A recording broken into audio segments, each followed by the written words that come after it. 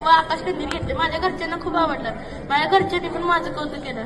सांगायचं म्हणजे आपण आपली दिवाळी तर आनंदी बनवतच असतो, पण आपण नेहमी आपल्या दिवाळीत असा प्रयत्न केला पाहिजे की आपण दुसऱ्यांना पण आनंदी बनवलं पाहिजे.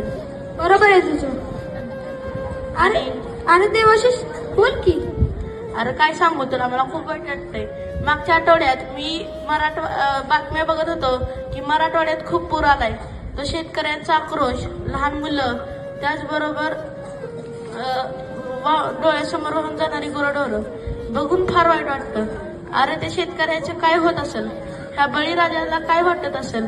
दिवाळी तोंडावर आली, डोळ्यासमोर पिकत आलेलं पीक, आपली मेहनत थोड्या पावसानं वरून राजाने हिसकावून नेली.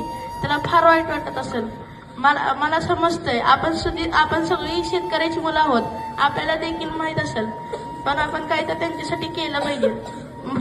म्हणून मी यावर्षी ठरवलंय की मी जे फटाके घेणार आहे का नाही त्याच्याऐवजीचे पैसे, आणि त्याचबरोबर आता आपण सगळीजण नवीन कपडे घेणार का नाही, तर त्या नवीन कपड्याचे पैसे मी हे सगळे पैसे एकत्र घेऊन एखादी शेतकऱ्यासाठी त्या भेटवस्तू किंवा काही पैसे त्यांना मदत करू इच्छितो. ह्यातून थोडं का होईना त्यांची दिवाळी आनंदी होईल व माझ्यामुळे त्यांना मदत होईल. सरकार कधी मदत करेल ते आपल्याला माहित नाही, पण आपण जर आपल्या शेतकऱ्याला मदत केली तर चांगलं आहे. कारण